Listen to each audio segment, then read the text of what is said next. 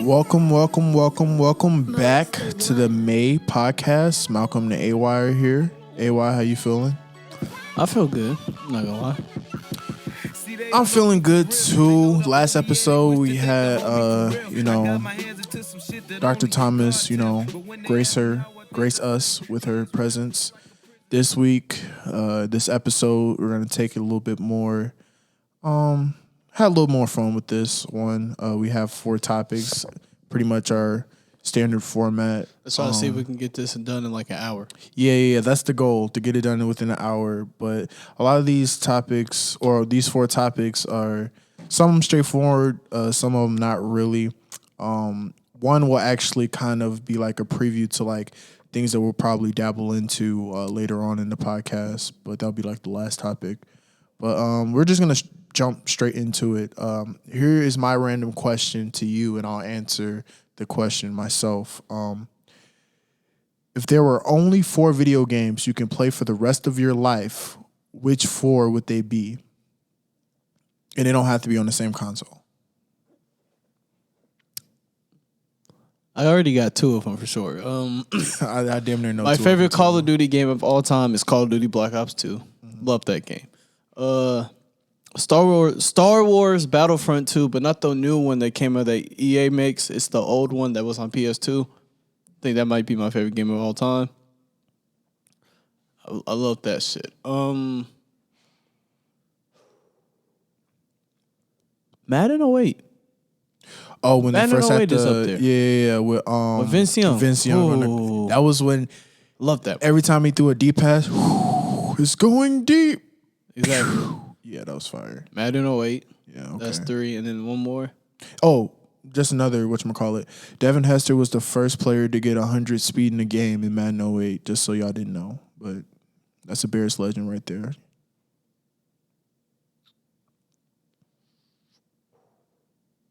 AY's thinking. It's between 3 games that I'm thinking of. It's between. And then you really got to think like what has replay value. That's what I'm saying. What is probably more multifaceted in terms of multiplayer, or maybe like a story mode. So all right. So I'll tell you the 3 games I'm thinking of. It's God of War, but the PS4 remake. So more not the remake, but the reboot. So which PS4, which God of War? My favorite one is the third one. It's literally called God of War, but it's like the PlayStation 4 reboot. So it's the one my favorite one is the third one. That I feel like I'm telling you, if you like, I have that one, and I'll let you play it. But that one. You really enjoy that one. That's probably my favorite one. That's one of my top games of all time. Okay. Ghost of Tsushima, which is that samurai game you see me playing. Yeah. And then I don't know if you know what Destiny is, but Destiny 1. Yeah, I know what Destiny is. I do know what Destiny is. Shit. Am I playing these games by myself? Or do I get to play with, like, I'm saying people? like, so you walk into a room, right, and your homies are playing a game or whatever. So basically, pretty much it's like those are the only games you could play ever. Like you could play along with somebody or whatever, but like let's say you walk in and your homies are playing like Madden 09, you can't play it. But if they were playing Madden 08, you can play it with them. So it would be like something like, let's say in like a... See, the thing with Destiny that makes it hard, because like, okay, so like if I'm able to play with like other people online, I'm taking Destiny just because it's a huge ass game with a whole bunch of fucking content and shit. Mm-hmm. So I'd probably say Destiny. Okay. Although my honorable mentions will go to God of War and Ghost of Tsushima. Okay.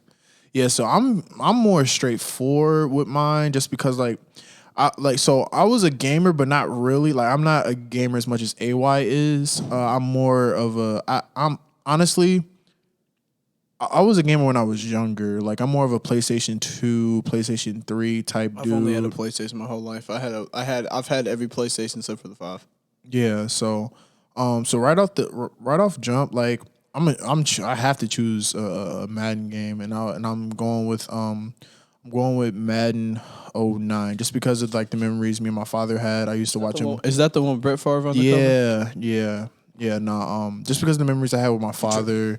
He used to play online all the time, and like I was kind of like his other set of eyes. So like I usually would tell him like what routes were. I was pretty much cheating or whatever. I pretty much told them like what routes were open, what defense they were running, and so that's really how I got my first real interest in football for real. Watching my dad play it online, Madden 09. So yeah, for personal reasons, I'm going with Madden 09. You're a as one big of them. nostalgia guy, aren't you? Yeah, absolutely.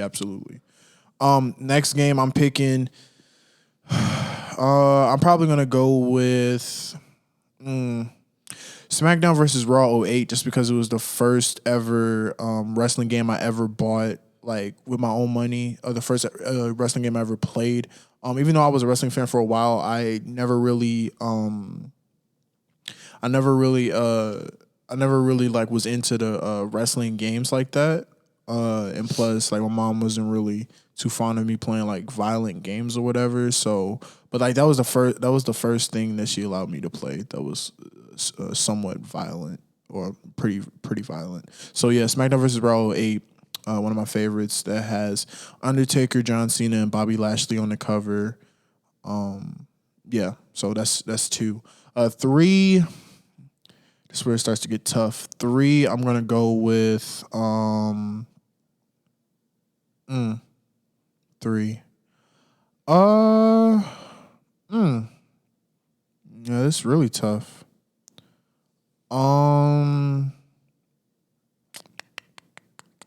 Actually, with 3, I'm going to go with another. Well, no, the first one wasn't a PlayStation 2 game. For 3, I'm going to go with another PlayStation 2 game, and I'm going to go with.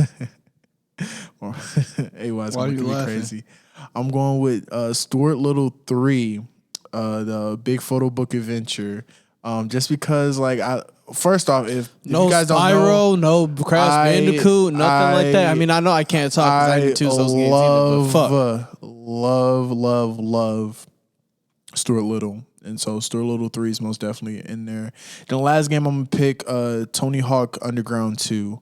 That was the first skateboarding game I ever played, first skateboarding game I ever fell in love with.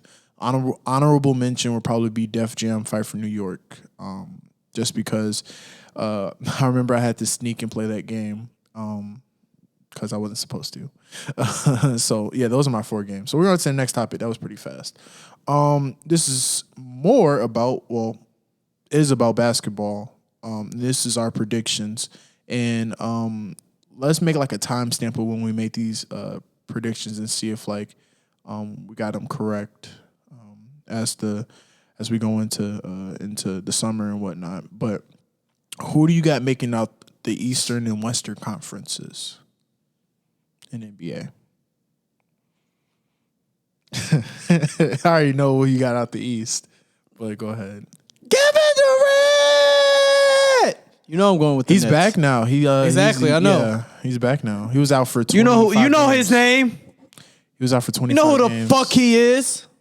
So That's Kevin fucking Durant. notice the how Slim Reaper. hold on. Notice how he didn't say the Brooklyn Nets. He said Kevin Durant as if he's the Durant! whole, as if he's the whole team. As if like there isn't a Kyrie Irving or a or a James Harden that like Because I don't believe they make out the East without KD. That's why. I mean that's a valid point. But yeah, my pick would be the Nets. Those other 2 players are. I understand, but Kevin Durant is my favorite player. Kevin Durant. Okay, now who's making it out the West then? Depends who's healthy. If the Lakers give me. If the Lakers are completely healthy, I'm going with the Lakers. But if they're not, I actually, even though the Clippers just got Rondo, I still don't trust the Clippers. I'm not gonna lie. I don't really trust Paul George. I don't trust the Clippers. But you trust Kawhi though.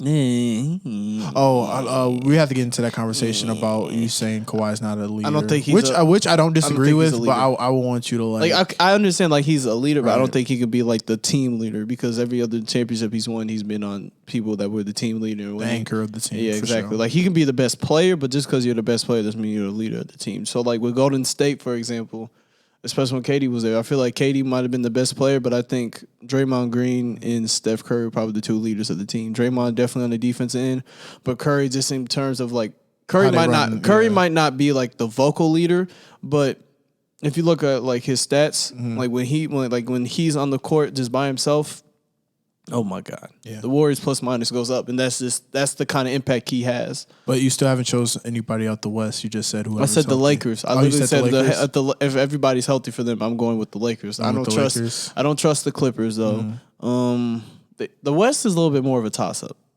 It's really between like you still got the 4 you teams. still I mean, 'Cause you the still got Nuggets still have a chance. Hey, I ain't gonna lie, my boy Chris and D-Book. Oh my. Hey, Exactly, in the if y'all Suns. don't know, I think I mentioned this because we talked about our favorite players on the first episode. I love Chris Paul and I love what he's doing with the Suns right now. But yeah, they're playing. Bro, they're did you playing see? great. Did you see that ESPN top 25 list, No, I didn't see it. bro? I know Stephen A had like a rant. They had LaMelo Ball over Devin Booker, Jason Tatum, and Donovan Mitchell. No. I understand LaMelo Ball is great, but I don't think. Wait, hold on. They most definitely can't put him over Donovan Mitchell. I don't Especially think, the way Donovan Mitchell. I don't think LaMelo Ball is a top 25 in the play in the league yet. He's phenomenal, Skip that. but Why is he over? Why his isn't nuts. that's what I was about to say? Why isn't Donovan Mitchell not getting like you know what I'm saying his you know what I'm saying? Now, granted, I know people don't like giving like Let me pull up the list. Credit for I like how we started like thinking about this, but I feel like it might be. I mean, you can go give out who's who you think while I look up the list. Yeah, we was gonna go on a tangent. My fault, guys. But yeah, no. So out the East, I'm not gonna lie. This is not really a logical answer. It's more or less who I want to make it out the East. I want the Bucks to make it out the East. I don't the trust likelihood. Giannis. That's The the likelihood main of that happening is probably very. I wouldn't say low, but I don't know. Like I think. For somebody like Giannis, who's kind of been knocking at the door for the past 2 or 3 years, it's kind of like this is really his time to answer the call. Because if he don't, then it looks really bad. I mean, he's already on the hot seat for being like a back-to-back MVP and not making it out the East. And he's already been on the hot seat for being a back-to-back MVP regardless because they feel like he robbed LeBron James last year, which is not. I don't want to call it a robbery. I personally think that LeBron should have won MVP. I don't want to call it a robbery because that kind of it kind of makes it seem like he's not deserving of the MVP, which I don't agree with. But he's pretty much on the hot seat right now, and I just want to see how he responds, especially when playoff time comes, and because that's really when it all matters. But I'm gonna go with the Bucks just for the sake of me wanting them to make it out the East, and because I like Giannis or whatever. But I kind of know that the Nets are a favorite. My Bulls are actually doing really, really good right now. But if I'm being realistic, I don't think the Bulls are going to make it out. I found the list. All right. What's the list? So one is top 25 under 25. Oh, yeah, right. Yeah. They have Luka at 1, Zion at 2, and LaMelo at 3. Wait, 3? I think Zion's a little high. You think he's high? I think he's a little too high. I think he's like the way he's playing. I think he's top I do five, think his but- I do think his recency bias, but the way he's playing is validating like that. I understand what you're saying, but he's not better than Devin Booker. Let's be honest. He's not. I also don't think. I think they're going off of impact. I think they're going off of impact though too. Though he's still not better than Devin Booker. Even if we're going off of impact, I don't think he's better. But like than that's Devin why I Booker, say period. I feel like Zion hasn't been doing it long enough for him to get that second spot. So I do agree with that. But I understand the sentiment. I understand the sentiment. I agree with Luka at number 1 for sure. Yeah. Zion at number 2. I'm maybe at 5. I would like LaMelo Ball is 3. That's way too high. I think that's way too high for him. Because LaMelo's not better than Donovan Mitchell. He's not better than Jason Tatum. I don't think he's better than De'Aaron Fox. I don't think he's better than Ben Simmons. I already said Devin Booker. Wait, right? where's Ben Simmons? I'm interested. Ben Simmons is at 7. They have Bam at 7? 9. Shai Gilgeous Alexander's at 10. Brandon Ingram 11. Jaylen Brown 12. Jamal Murray is 13. Michael Porter Jr. is 14. Ja is 15. Ja Morant should be higher than 15. Yeah, he should be higher than 15. Trae Young is 16. Mikal Bridges is 17. DeMontis Sabonis is 18. Anthony Edwards is 19. DeAndre Ayton is at 20. 21 is Tyrese Haliburton. 22 is John Collins. Jared Allen is 23. 24 is Lonzo Ball. And 25 is Colin Sexton. Yeah, we'll have to return to that because I have to let that resonate for a little bit. But yeah, so like I said, I got out the East. I have the Bucks. Out the West, kind of on the same tip of when it comes to when it comes to the West, I mean the West is always, you know what I'm saying, like a toss up. Well, at least that's how it always look before the playoffs come. Like it always seems like it's going to be a toss up. I'm going with the Lakers. It always end up being the teams that like we think I'm are going the with best. the Lakers. But I'm too going with the Lakers, but on contrary from what AY just said, like I feel like I think I'm just going with the hot seat thing here because I feel like the Clippers didn't answer the call last year when they were supposed to. They dropped a 3-1 lead, and I don't think they can afford to have another season that isn't or because for them the end goal for them is to make it to the finals. No doubt about it. So I feel like them not making it to the finals is them not having a good season for in the grand scheme of things. But like I said, like if everybody's healthy, I am going with the Lakers. But I wouldn't be super surprised if the Clippers, showed up and like made it to the finals. I would be. I don't trust them at all, especially when they head-to-head series. I don't trust them. I feel like they're evenly matched. It's just at the end of the day, it comes down to like whose stars are better. And the Lakers start like LeBron and AD is a better tandem than Kawhi and PG. Like LeBron's better than Kawhi. But the thing about it is like we did Most of say it- go ahead. We did say like if they're healthy. But my thing is like even if they come back, like there may be some lingering effects. You know what I'm saying? They'll like be when fine. But like you're probably right. But By the time the playoffs come, they'll be fine. Yeah. And then like they end up facing them, they'll be fine. But like at the end of the day, it just comes down to me not trusting Kawhi's leadership ability and then not trusting Paul George at all. Like I don't trust Paul George in the playoffs at all. He consistently doesn't show up. I feel you. You could pay me millions of dollars to do what Paul George does in the playoffs. The hell? I'll shoot like 6 or 20 and we get paid millions of dollars. Fuck it. I could pay millions of dollars to hit the side of the backboard. I don't give a fuck. Fuck it. Give me that money. All right, what's the next topic? Next topic. We might have to spread it out a little bit because we're It's already on fine. topic 3. It's fine. Topic 3. Some episodes could be like 40 This minutes. is kind of similar to the first question. If there were only 4 movies that you could watch for the rest of your life, what would those 4 movies be?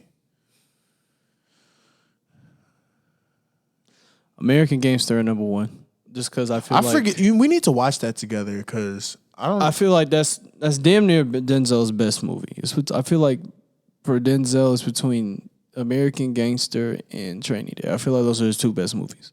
I have a personal John Q connection, but I know. I'm not saying that's not. yeah, a good no, but I movie, get what you're saying. I feel like those are most those definitely his 2 like best. yeah, for sure. But I prefer American Gangster just because I don't have to see Denzel die at the end. He didn't die at the end of John Q. I understand that, but I'm talking about between. No, I get what oh you're saying. my god, He come on, snitched, Malcolm. but he snitched, and that's worse than dying. Exactly. Exactly. Depends how you look at it. Yeah, but American Gangster. Okay, who's their other one? Pulp Fiction and Django in there. Pulp Fiction because I feel like that role, like Samuel L. Jackson, that movie, I feel like that's one of his most, if not his most iconic role, is definitely in Pulp Fiction. Career defining. Yeah. Yeah, for sure. That's a career defining moment for him, and also for like John Travolta because his career was on the downfall, Right. and then that movie happens, and his career gets sort of this revival. So And you feel like Pulp Fiction, along with like, well, yeah. I just really love Quentin Tarantino. He's probably my favorite director, but yeah. I feel So like do you feel like Pulp Fiction kind of revolutionized this idea of like pretty much how movies are ran in terms of plot and I stuff think like it's that? interesting because at the end of the day, it's 3 separate stories that are all connected, but they're told like out of order. So really, how the story is supposed to go is the last story that they tell is supposed to be first.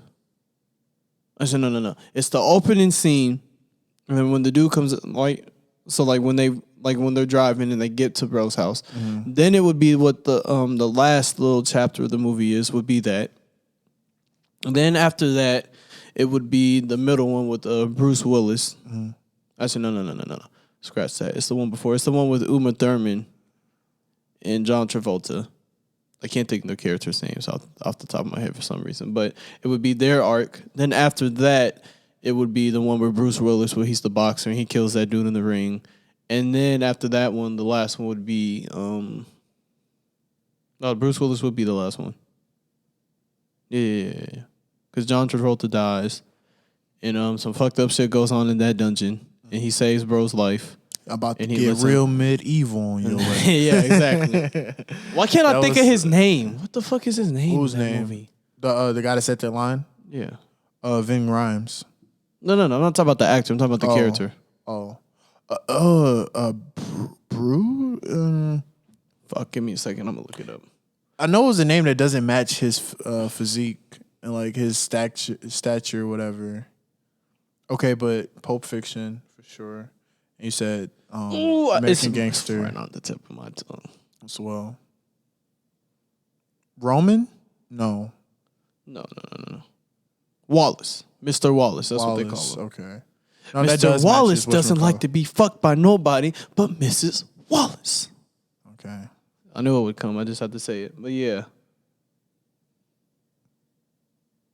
Marcellus Wallace.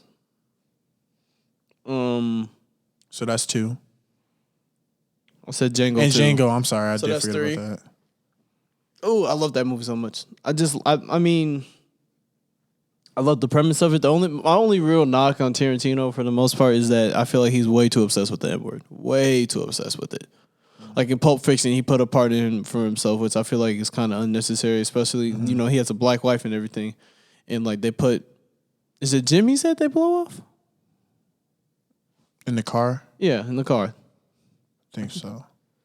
And every time I watch that, No. I'd be like- Jimmy is the character Quentin Tarantino plays. That's not what the fuck his name is. It was a random white guy that they. No, it was a black guy. It was a black kid. They blew his head off.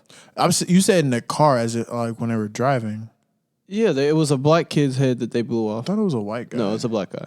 I ain't seen a movie in a a while, black so probably.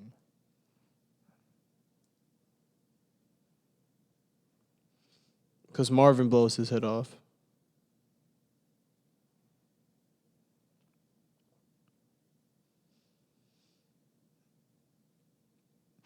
Long pauses. We need to 'Cause cut I'm that trying to out. look. We need to cut that out. We don't. Yeah, we can.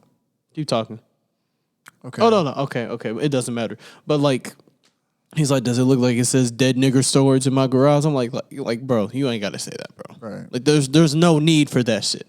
But Django again, like I really love Django. I like the plot. Some people might not like it, just because like I feel like some people might think it's a little slow, Right. and like it's supposed to be like this action movie, but it's not. It might not be as much action as It's some more people of a slow want it. burner. But I for sure. definitely enjoy it. So that's 3. I need one more. Star Wars Episode 5. Yes, sir. Yes, sir. Yes, sir. Yes, sir. Best Star Wars movie of all time. Yes, sir. Because Darth Vader is my nigga. That's what I was about to say. So is that the one where he was like, "I am your father"? Yes, that's probably the most. So like, okay, so for people that don't watch Star Wars, I don't heard tell that them. a lot of I don't. Go ahead. I was about to say I heard that a lot of people kind of stole like that that tactic of like the big character reveal or whatever, something like that. You want to know how that happened? Because we're only at like 23 minutes when we're on topic 3, so we can like meander a little bit.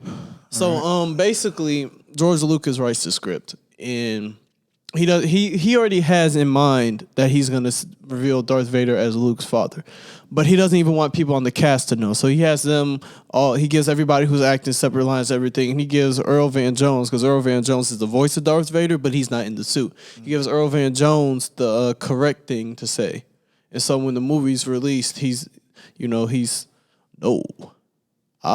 So hold on, let me go back. Darth Vader goes, Obi-Wan never told you about my father, and Luke's like, he told me enough. He told me you killed him. And then Darth Vader I feel like this is like the greatest like reveal, the greatest twist in like movie history. It could be up there. And he goes, no, I am your father. And like I was watching the clip on YouTube, and with like people who were I don't know how the fuck people got this, but it was people in the theater for the first time they saw that shit. Bro, everybody was freaking out. Everyone was like, "Whoa, no way!" I feel like that's probably the biggest movie twist. But like for people who don't know Star Wars and want to get into it, I always tell them to watch the original trilogy first, which is technically what would be episodes 4, 5, and 6 now. Because if you watch 1, 2, and 3, you'll end up knowing who Darth Vader is, and you'll know that Darth Vader's sons are like Luke is Darth Vader's son and Leia's his daughter, and that'll ruin that twist for you.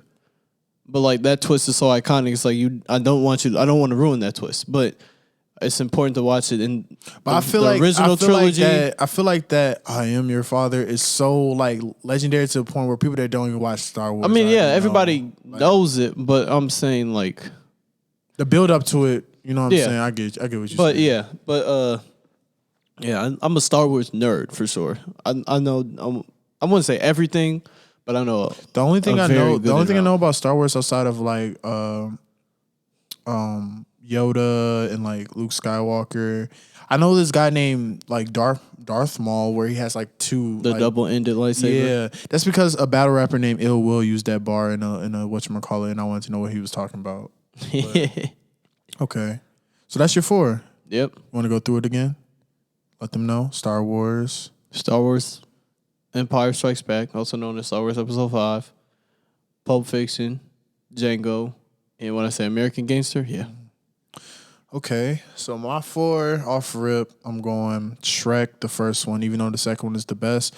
The second one is the best, but I play the first one the most just because of, again, I guess for nostalgic purposes.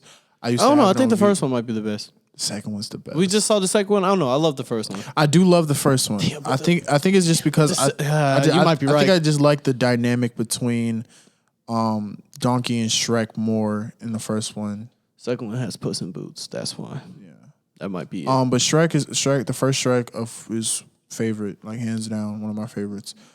Second movie, a weird favorite, but nonetheless a favorite of mine that I will watch until heck. We should watch it as a house, even though I know they're not gonna rock with Just it very say it. much. One of Jim Carrey's best movies, in my opinion, Me, Myself, and Irene. It's hilarious. Like, AY, look at me. It has humor that you would like. It's stuff that I'm not even supposed to laugh at because of how I am, but it's so fun. Like, Me, Myself, and Irene is one of the funniest movies I've ever watched.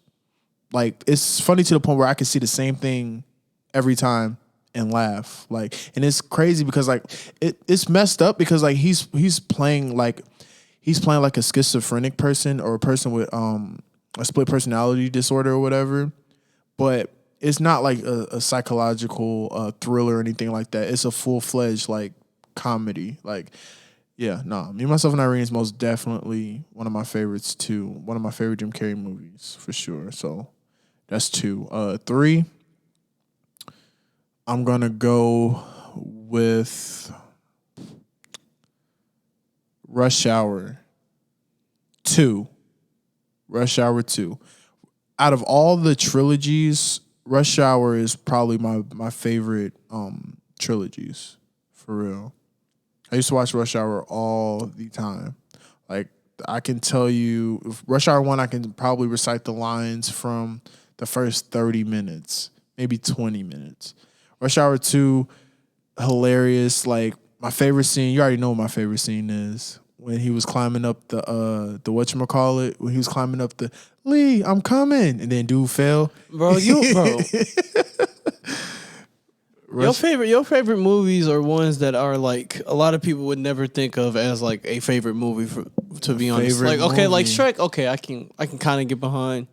But like a lot of people would probably say like Star Wars for sure because that's like a very Yeah, no, because it's classic more, it's a franchise. cultural shift. For me, it's personal like alignment that I have with the Yeah, movies. see, the thing is, I'll let you finish because I'll come back to Star Wars and I'll explain why I'm like I'm a huge Star Wars fan and a Darth Vader fan. But keep going. Nah, but Rush Hour for sure. Specifically the second one. The second one's my favorite Rush Hour movie. Is that what we're talking? That's the one where I almost said Tone. That's the one Jackie Chan says nigga, isn't it?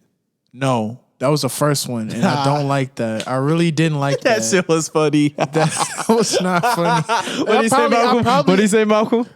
I'm not saying. What did he it. say, Malcolm? He Come on, say it. He said, "What's up?" Like, that's what he said. I'm not, but it was low key. It was funny, but like now that I have the cultural.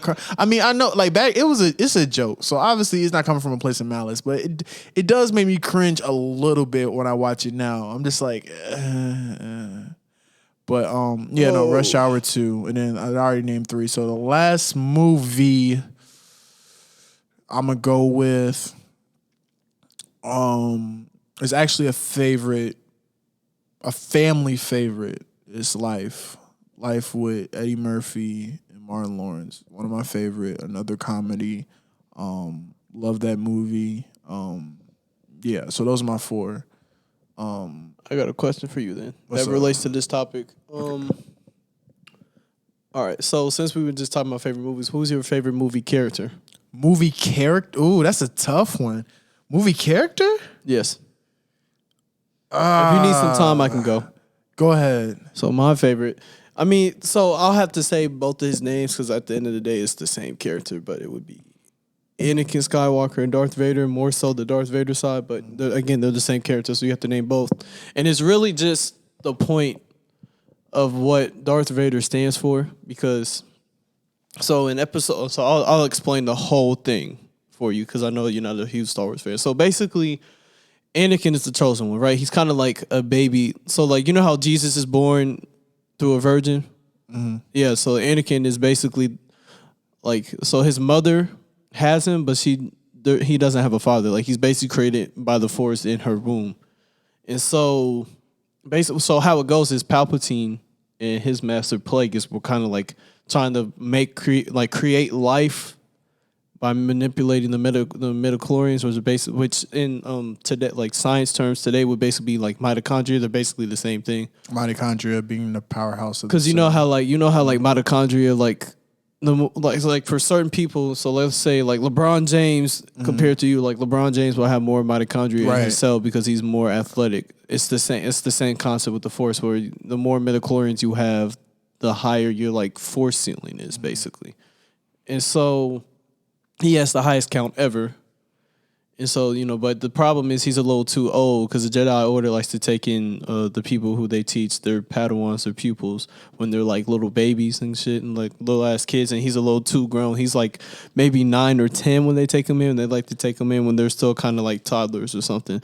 So that way they don't have the time to like form attachments to their parents, because attachment is something that they want to avoid because they feel like it leads to the dark side of the Force.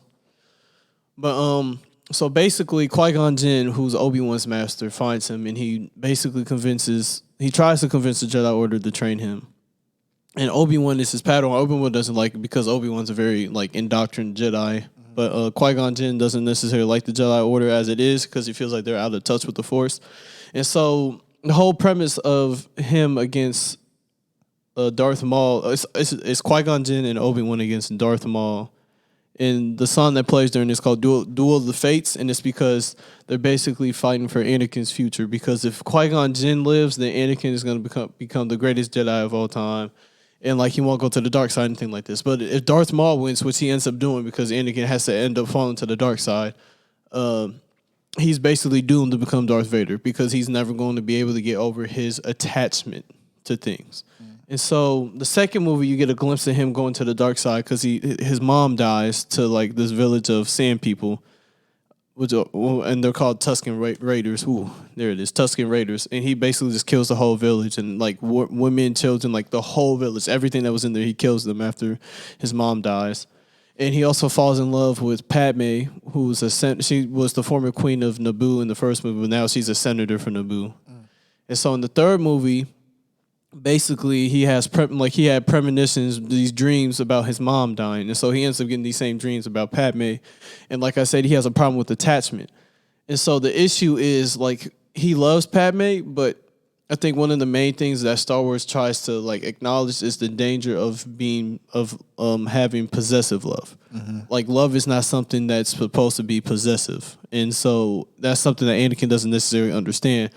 And so he's willing to do anything to save Padme. And so in order to keep her from dying, he ends up basically turning his back against the Jedi Order and becoming the very thing he seeks to destroy. And in that process, that basically seals his doom to fall as Darth Vader, but it also seals Padme's doom because Padme ends up dying. But she dies like right after she gives birth to their kids, but he doesn't know that. And so it basically goes on. He does all these terrible war crimes and atrocities. He's like hunting down the Jedi while he is trying to like conquer the Outer Rim. And so eventually, he meets Luke, and he finds out that Luke is his son. And the whole thing about Darth Vader is that he can never completely conquer Anakin. So like if you really think about it, Darth Vader and Anakin are two different people. Anakin is like the light side and who he truly is, and Darth Vader is just this super dark figure who's like filled with self hatred and self loathing, and is just this dark this being. And so he there's always some of Anakin left in him, but he can never really like get into a complete touch with it and fully pull it out until he like meets Luke. And so once he meets Luke, Luke, he tells Luke that he's his father, and instead of choosing to join him and try to destroy the Emperor, and they become like the people to rule the galaxy, Luke basically just says, "I'm not going to join you," and he just like basically falls and joins Leia and everything. And so in Episode 6, they fight again, and the thing is like, so Luke wins, but a big thing in Star Wars is that if you're conflicted, you're basically become nerfed. So the whole thing is Darth Vader's conflicted at this point in their final battle because Anakin is starting to come out. The good in him is starting to come out because he loves his son so much. And eventually, like I said, Luke beats him and cuts off his arm, and so he loses his lightsaber. And Luke is just sitting there, and he pauses and he takes a moment and he throws away his You're telling me lightsaber. hella because I was planning on watching this. It's fine. I'm telling. So the thing about Star Wars is, sure, you can watch the movies, but the thing is, like, to really like, you're not gonna like Anakin in the movies. I'm not gonna lie. You're not gonna like how he's written. But you know of the show Star Wars: The Clone Wars? It's like a show that was on Cartoon Network. Yeah. If you watch the movies combined with that, then it makes more sense of why Anakin would like go to the dark side. It explains more of his character. It basically helps explain his story more. It makes him a better character. So, but basically, it's basic. I keep stuttering. I keep repeating myself. But yeah, so Luke defeats him, and instead of killing his father and taking his father's place under Palpatine, he throws his lightsaber away. He says, "I'm a Jedi like my father. I'm not going to kill him." And Palpatine starts shocking him, and now Vader's left with this choice to either save his son or sit there and continue to be ruled by this person who probably manipulated him, who's been manipulating him this whole time. Because since Anakin gets his limbs cut off and he gets burned, his like force power becomes nerfed, so he can't be as powerful as he once could have been. Mm-hmm. And so Palpatine's basically been trying to replace him since he has become Darth Vader.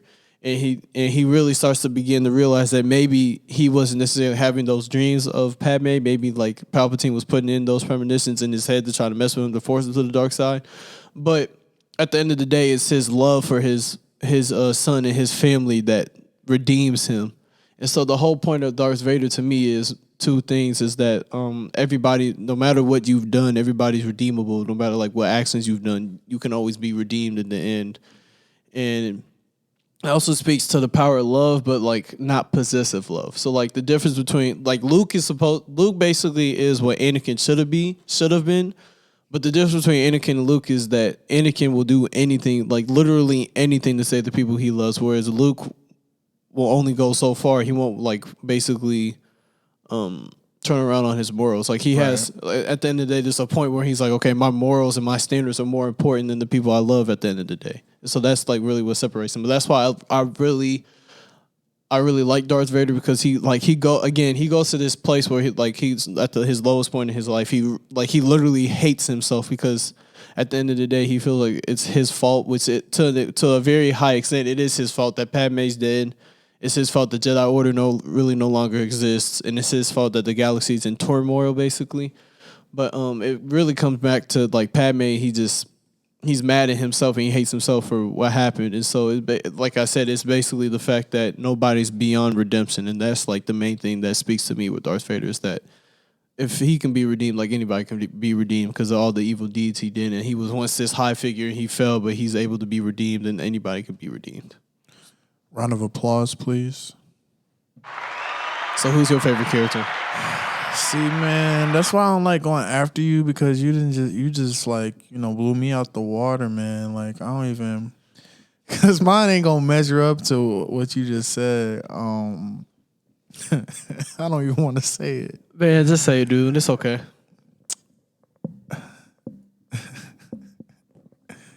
Sherman from The Nutty Professor. That's my favorite character. That's why I'm saying I don't even want to say it. Like, I don't even have a rationale. I just like his character. Like Nutty Professor, low key, another movie that I really rock with. It was between he got the Darth Vader, man. That's my nigga. But yeah, he's technically black, so I guess. But his voice is black, yes, but he's he's played by a white man. I know, so yeah, we should probably disclaimer. But so it was either between Sherman off of Nutty Professor or Coach Carter. Because I do rock with. Why you like Coach Carter? Because the Nutty Professor thing, I'll just talk that up to that's Eddie Murphy. Eddie Murphy's a funny dude. Right. And that's a funny movie. But Coach Carter is something I feel like you could, Nah, Coach Carter, just because he reminds me of a lot of coaches, you know what I'm saying, who look beyond just the game. He's trying to mold like young men. Right. In the area where like the environment is not it's not the best in terms of trying to nurture young black men, young men of color. You know what I'm saying? So I think him just trying to teach them the game of basketball and like teach them life lessons through the game of basketball is very important because it reminds me of a lot of coaches that I had the privilege of having that try to teach me the game, but also try to teach me life lessons while doing so, trying to mold me into a better young man. And everybody needs a Coach Carter in their life, especially if they're an athlete. So. Yeah. All right, so we're on the last topic. This is more of a specific. I kind of alluded to this earlier. A little segment that we'll kind of like tap back into once music starts to get released. Because we're both, I guess it's safe to say we're both some hip hop enthusiasts. We also need to start. We can do this later in later podcasts, but we need to start talking about like current events. So like, yeah, when the trial is done, I really want to talk about. I hate calling it the George Floyd trial because he's not on trial, but right, that's just what I'll refer to because I forget the cop's name. But yeah, like when that's over, I would really like to talk about that. Yeah, yeah, for sure. But yeah, so we're gonna touch on music because it seems like we always touch on music at least once or twice on each episode. So one thing that I noticed, and I mentioned about a week ago. A week ago. I shouldn't have said that. Listen, then we tweak it. Who me and AY deem is like the three head figures of the hip hop game, right? Can I go? Sorry. But yeah, the three of the figureheads that we deem as like the faces of hip hop right now is Kendrick, Cole, and Drake. Like I mean that goes without saying for this generation or whatever. But one thing I was saying was that this is the longest time Kendrick has ever taken with releasing a project, the longest time Cole has ever taken releasing a project. And I don't like if you really want to be technical, Drake released the Dark Lane demo tape, but really those were kind of I'm not a big fan of that. Those are like I feel like those are like album throwaways. I liked it. I ain't gonna lie, I did like it. But like pretty much like that is more of like it's not like if you're reading this too late where he released it as an album. So that don't count. But like if we're being technical, his last album release was in 2018 and it's 2021. And that would technically be his longest duration without a project. So that's one thing I wanted to point out. So the question I have pertaining to those three and like their projects, this would probably be like the longest topic is what are your expectations for the albums that they're releasing? And what I mean when I say expectations, I'm not really talking about quality. I'm more or less talking about what do you want to get out of those projects from those three individuals, Kendrick, Cole, and Drake? See, here's the thing about me. And it's personable. You don't have to, I know. I don't like holding expectations for albums. Mm-hmm. And it's just because I feel like a lot of the times if you go in expecting something and it's something different, it can be ruined. So like I feel like I tell people all the time, Igor is great.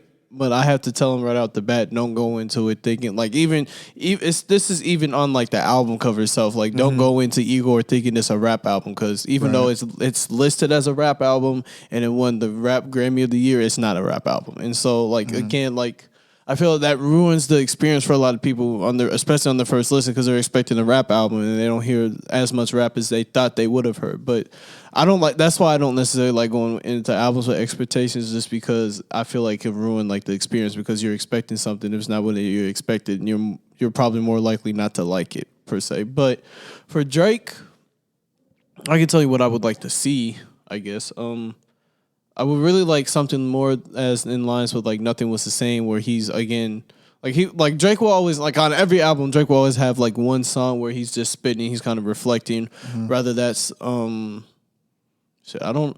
I feel like I know what you're talking about. So like a Western Road flows. Western Road flows. I was trying to think of something like Nothing Was the Same, but like that whole album is like that. Or like Look Western What You Road Done flows, and stuff like that, yeah. or like Look What You Done. Look at What You've Done. Nothing's Into Something. Yeah. Do Not Disturb is Not Disturb. probably the main one on More Life. When to Say When was on Dark Lane. Right. So So like I always, and then like whatever, I forget the song's name, but it's the one with Rick Ross on Scary Hours too that he just dropped. Like I always, Lemon Pepper Freestyle. there it is. Yes, I always enjoy those. Like I always enjoy people being introspective. On their music. Yes, because I feel like that shows like growth and that shows understanding of, okay, I used to be here and here's where I am and here's what's changed and here's how I feel about what's changed and here are maybe some of my plans for the future. But I enjoy listening to people be introspective because one, I feel like it makes it more personal because everybody is always introspective about themselves to an extent. Or should be at least, yeah. Or at least should be. And then, like, one, it lets me inside their head, so I feel like I get to know them a little better, and it makes them less of a celebrity figure and less of this figure that's far away or something that's more tangible to me. And I feel like it's just a great way to just, you know, kind of reflect on life. And I always enjoy reflecting on life. I'm a very introspective person myself. And so, like I had to go off a little bit of a tangent, but, like, when I talked to Jalen about Logic and why I don't necessarily like Logic as that much. element is gone. The introspective. That's what I'm saying. Like gone. like okay. So you know the song Dad Bod when he's talking about people want me to rap about my life. I'm like yes, but we're not saying we want you to rap about your life now. We want you to be introspective, and like he might have been introspective like his first two albums, but after that he's really just stopped being introspective. He was just more focused on like the wordplay and the technicality in rap instead of the subject bringing matter. an overall like universal message to a grander audience, Right, which is stupid. Which is something you can do without it being like overly preachy. It's a matter of execution. It was the problem with trying to stand for peace, love, and positivity is that it's Too just vague. it's way too vague. Like you can't like one person cannot stand for all of those things. You can have those values in your life, but you can't say you stand for those things because at the end of the day, no one person stands for all those things all the time. Everybody's going to fall short in one, two, or all three, even at different times or at the same time. So like I feel like he really started taking a turn when he said I'm just all about peace, love, and positivity. You can kind of look at like when he released, and it's so crazy because like. When he released Everybody, which was like what he considered his graduation, quote unquote, that was when he became like that was his most commercial success. But that was literally like you can like mark that as like the time period where like That's the where he value, really like began the to fall. yeah. Although Bobby Tarantino too was nice because It was like cool. with Bobby Tarantino, I expect him to be retrospective. I expect him to be a little bit more bodacious. But yeah, like I tell Jalen all the time, because Jalen was like, "What?" Like he said in Dead Body, you want him to rap? I'm like, no, I want him to be introspective because I don't feel like he does that. I don't feel like he ever talks about where he used to be and like all the downsides or like even how he was going through depression. He says this all the time. Like you don't really hear. Like he has one song in his catalog that deals with depression. And it's like, I'm saying like when he would talk about it, which is like in Confessions of a Dangerous Mind, it's the first song on the album. I think that's like the title of that song too. Like he talks about it a little bit, but I'm like, I wanted you to be more introspective about that because at the end of the day, sometimes you have to talk about depression and how you get out of it to be about peace, love, and positivity. And I feel that's something he missed out on. But yeah, I want to see an introspective album from Drake. I want Drake to really just dive into his life and how he feels and reflect on his career and things like that. I forget the interview, but like how like his views on how he fits in with the black community. I would like to see that from His Drake. I forget. I think it was with Elliot or whatever. Yeah, but Sean C did a video on it. I would like to see. So I would really like to see introspective Drake. For Kendrick, I don't really know. Like I don't because he does something different every time. So. like I just wanted to be quality at the end of the day. Like with Kendrick, I but that really goes without saying, I like- really don't like. For me, like I don't have a problem waiting this long for Kendrick. Mm-hmm. I don't really care what Kendrick does because at the end of the day, I understand it's going to be quality. So like with Kendrick, I don't have any expectations. It's not really anything I want to see because at the end of the day, I trust Kendrick and I feel like he's going to do his thing. For J. Cole, I would like to see something more like a For Your Eyes Only, something more in that lines, like a for. snap. So That's like a like a hold on. You want me to hit the applause button? No, you don't have to. It's Okay, fine. but like I would like to see something that's like a mixture of a 2014 Forest Hills Drive with like so basically like the production of 2014 Forest Hills Drive, but like with the subject matter and the sensitivity that a For Your Eyes Only came out. Okay. I feel like I have more of an appreciation for For Your Eyes Only than a lot of people do, especially the song For Your Eyes Only because like I said, my friend at the time had died like maybe like 2-3 weeks before that album came out, and so like I can relate to it a lot, especially that song because he's rapping from his friend's perspective, and his friend dies, and then he's talking about his friend to his kid, and so Right. like I can relate to that just because you're reflecting on somebody's life who's meant like his life meant something to you. That was a person who played like maybe not in J. Cole's life a very pivotal role, but in my life that he played a very pivotal role in my life. And so I just admire like the courage it takes to really reflect on such a hard like personal issue. And so like I would love to see J. Cole just tackle more of that and also just talk about just like how he feels now, like not maybe necessarily being in the hood all the time. And like just how he feels like about where he is in his life now, and also I would like to see him talk about I hate to bring this up again, but the whole like No name situation. no name situation. Yeah, I was gonna touch Maybe on that. not necessarily rap about it, but like But like more of a reflection of the situation, what more he of a- could have done differently. Exactly, and like stuff more like of that, his yeah. thoughts on how it went, not necessarily like what she did, but more of where he feels like he went wrong. But yeah, I guess really just introspection from all of them. Although like with Kendrick, I trust Kendrick at the end of the day. Like whatever Kendrick's gonna put out, I feel like it's gonna be great. So Yeah. So I guess I'll start with Drake too. I can kind of echo what you're saying. Like I want Drake. Well, I don't want to compare it to that album, but I will say like I want like him to have like the format of a Nothing Was the Same. And when I say format, I mean like give me a stripped down 13 to 15 tracks. I want like probably like a 60, and I don't want to put limits on Drake because Drake is gonna do what the hell he wants to do, and rightfully so because he's a superstar. He's a legend of this. I think Drake has generation. put okay. I'm sorry to cut you off, but I would say I feel like Drake has put limits on himself, and not necessarily in like the fact that I understand he can basically go into any genre and make any type of music he wants. I feel like again he makes like very safe, like commercially safe music, as in like he's not really talking about anything, but he understands that this music is really going to be successful in the streaming and like commercial sales and everything like that. So I feel like he's kind of limiting himself in terms of like being personable and like really like I feel like he doesn't necessarily really enjoy making music like he used to. I feel like he more so makes music because he understands that's his best way of making money. But I'm sorry for cutting you off. I'm done for now. I would say I don't feel like he enjoys rapping as much anymore. Not necessarily making music, because I still feel like the love for making music is there. But like just his intent and like what the music he's making might be slightly different. And I think that comes with age, honestly. But for me, with a title like Certified Lover Boy, you kind of already get a gist of like what direction it's good. And it's crazy because like remember when they said like in I forget what it's called, the song he had with Lil Baby on Scary Hours, he had like a little subtle like Kanye line.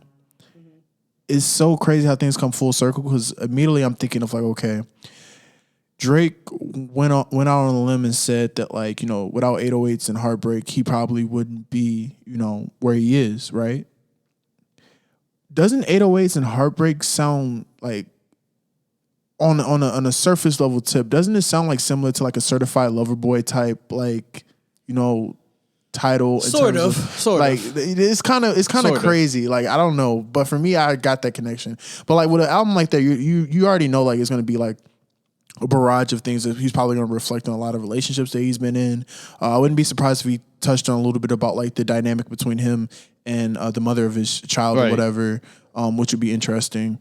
So we'll probably get more of like a closer to like a 50-50 split when it comes to rapping, when it comes to singing, which I don't isn't want terrible. that. I don't I'm more want of a that, though. I'm more of a 60-40, I don't even really want 60-40. I was a about to say, I'm 70-30 talking type about person. 70-30. I want him to just because bar honestly, me although he's a solid R&B artist and he can sing, and a lot of people, a lot of guys actually, sometimes prefer more the R&B side, but for me, I actually prefer him rapping, like that reflective piece that you were talking about. Like, even if it's like somewhat condescending when he talks about like how he's so much so much higher than everybody else. Like, even that is still more entertaining than, like, you know what I'm saying? Like, I feel like you can only, and he's creative enough to do it, but like, It I feel sounds like Tootsie Slide and like Hotline Bling. Yeah, that, and I feel like there's only so many more stories you can have about like a relationship that didn't pan out how you wanted it to. You know what I'm saying? But I feel like that's the route he wants to take, and I mean, like I said, it all comes down to execution, really. If he's able to execute it in a way that's like, I guess great, then kudos to him. But I most definitely do want more rapping from Drake on this album for sure. More of a reflective piece, and like and the same thing. I'm gonna go to Cole now, but I'm gonna go back to Drake because it's a connection there. With Cole.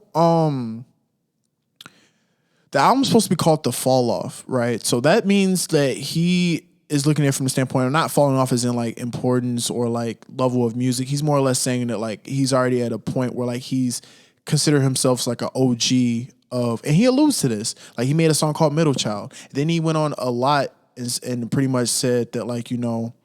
On Middle Child, he said, stuck in the middle between two generations. You know what I'm saying? So like, now he's starting to understand that like he's 35 years old. Like, he's at a point where like he's no longer like the up and coming young MC. He's no longer, you know what I'm saying, like the next best thing, right? Like, he's already solidified. His point now, I don't want to call him a gatekeeper of hip hop, but he is going to take on more of like that. I see him as like more of a veteran, like, figure within, like more like not in terms of, what he brung, but like more of like a Master P, or like a person that's in the background that will release, or Busta Rhymes or whatever. Somebody that's like in the background that makes music, but isn't like going to be that active and isn't going to be like, I can see J. Cole like being an executive producer for other people's albums and stuff like that within his label, and I can see him taking a back seat and like kind of like working on other stuff outside of music, you know what I'm saying? So he's pretty much taking a back seat when it comes to music, which I understand. I feel like he's done enough as an artist, giving us classic mixtapes, giving us classic albums or whatever, you know what I'm saying? I am interested in seeing like where he takes like the subject matter in terms of like him being like an OG in the game now. You know what I'm saying? Like, it's different to talk from that perspective, because Jay-Z kind of made that shift, but that shift was more of a stark shift, whereas like you can see that Cole has made like that gradual shift into like, okay, I'm an OG now, so my place in the game is a little bit different, you know what I'm saying?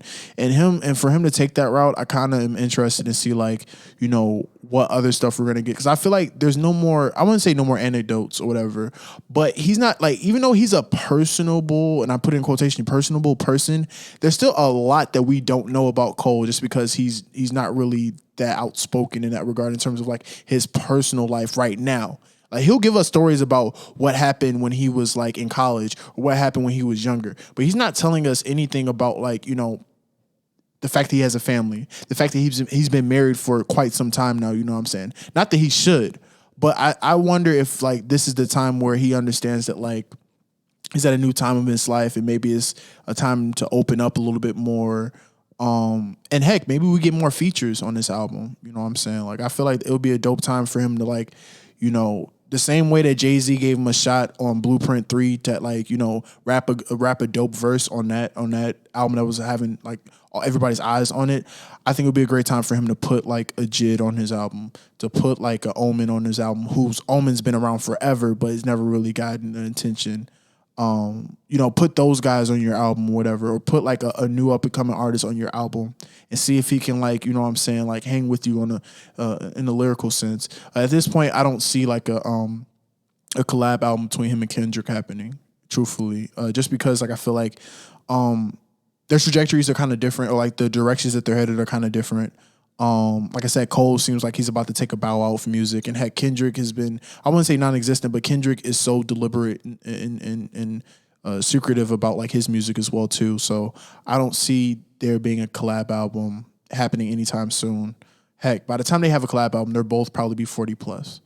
I'll still be checking for it, but it'll most definitely not be anytime soon. I promise you that album exists. It's just like, it just may never be released, but I promise you that shit probably exists. Damn near. But no, when it comes to Cole, I'm just, I guess it's not really expectation, but I do kind of want to see what direction he takes with this kind of OG status that he kind of proclaimed for himself. And I'm also very excited because it won't be an album that he only spent 2 weeks on, because on KOD he only spent 2 weeks on making that album, and you can kind of see it in some of the quality. Not to say it's a bad album, but it's most definitely not my favorite. But yeah, and then when it comes to Kendrick, I think I don't even know what to say when it comes to Kendrick, because he always finds something substantial, something, I don't want to call it groundbreaking, but like something, I don't know, somewhat monumental when it comes to subject matter, when it comes to his music or whatever. Like it's always a pertinent message there. And the thing is though, is that like, I wonder if a lot of his music would be directed towards what happened in 2020 with the killing of George Floyd. Because like really the stuff that happened with like in Ferguson and all that stuff that happened in 2014, you can tell that kind of carried over into like him making a To Pimp a Butterfly in 2015.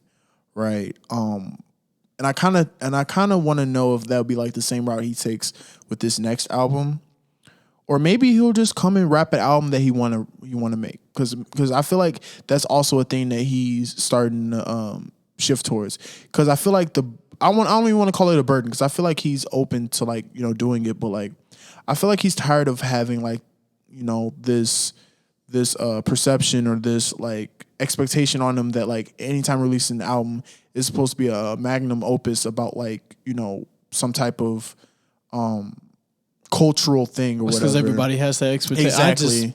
Exactly. I know what I'm saying. I feel like I feel like at this point he just want to make an album that he wants to make. He wants to rap. He wants to try new things. And I feel like you kind of got the same.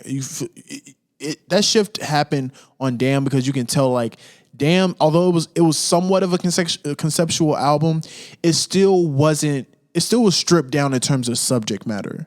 Like it still has some pertinent information, right? Some good subject matter, but like it wasn't as in depth as like a To Pimp a Butterfly or even a Good Kid, Mad City or whatever.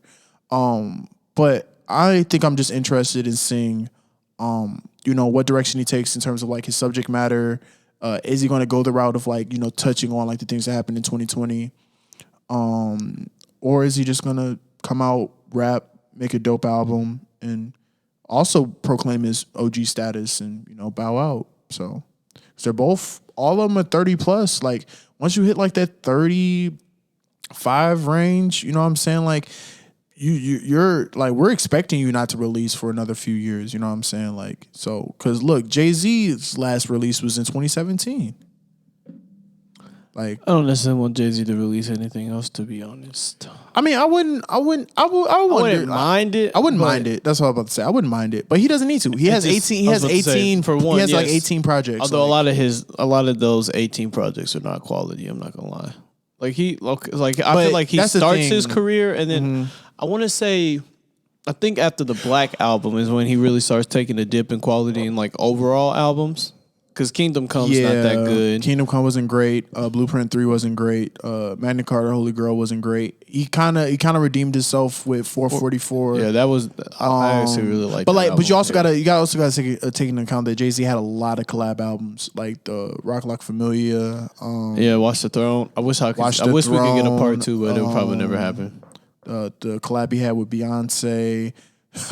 I'm not gonna mention them, but the collab he had with the R&B singer, yeah. So, but no, I think we're at a point where like those artists are going to release every 4 or 5 years, and we're gonna have to get used to it if they release it all, really. I'm okay with that. And then I guess that'll lead me to like the closeout topic. Like when we look at these artists, the Drake, the Kendrick, the Coles, right? When do you think it's time for them to really hang it up? For me, it's just like I feel like when you feel as if like you have nothing else, I wouldn't even say relevant, but like nothing else really valuable to really say, or if you feel as if like at this point there's no real emotion or no real motive to really make music, then you don't need to make music. And that's just how it goes. To close it out, basically, it comes down to two things. Basically, when they feel burned out, so like Logic, although I feel like burnout can be temporary, but like, Right. like when they feel burned out or when they find that they have either they don't have anything else to say or that they want to say or that they may not have the inspiration or the want to make music anymore. I feel like that's when they should hang it up. So really it's up to them. Like I feel like they should hang it up when they feel like it's their time to hang it up. Now we have to look forward to making, becoming new fans of new artists. You know what I'm saying? Okay, and that's and I'm about to say that's a fun time because then now we can like. I'm excited for Saba's next release. He released a couple singles. Always excited for Mick Jenkins' release. Isaiah Rashad's gonna release soon. Even though Isaiah Rashad and the people I just named, they're not really new, but they're younger. Jid is gonna release soon. Yeah, so it's time to give them a shot and like to pretty much try to, I want to say elevate them, but pretty much try to give them a fair shake when it comes to music that they're making for sure. But you want to take us out?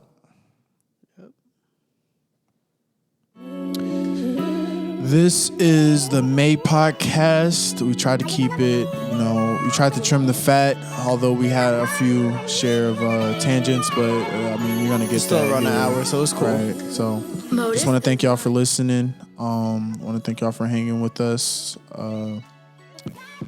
AY, you got anything to say? Just hope y'all have a great day, great night, whenever y'all hear this. This should be out soon. We thank you guys. We appreciate y'all for always being willing to listen to us, chop it up, just talk and be ourselves. And till next time. Don't worry, mama, just be patient. Know your road been pretty rough. I'm finna give you this designer shit. Gon' have you rockin' buffs, I swear to God.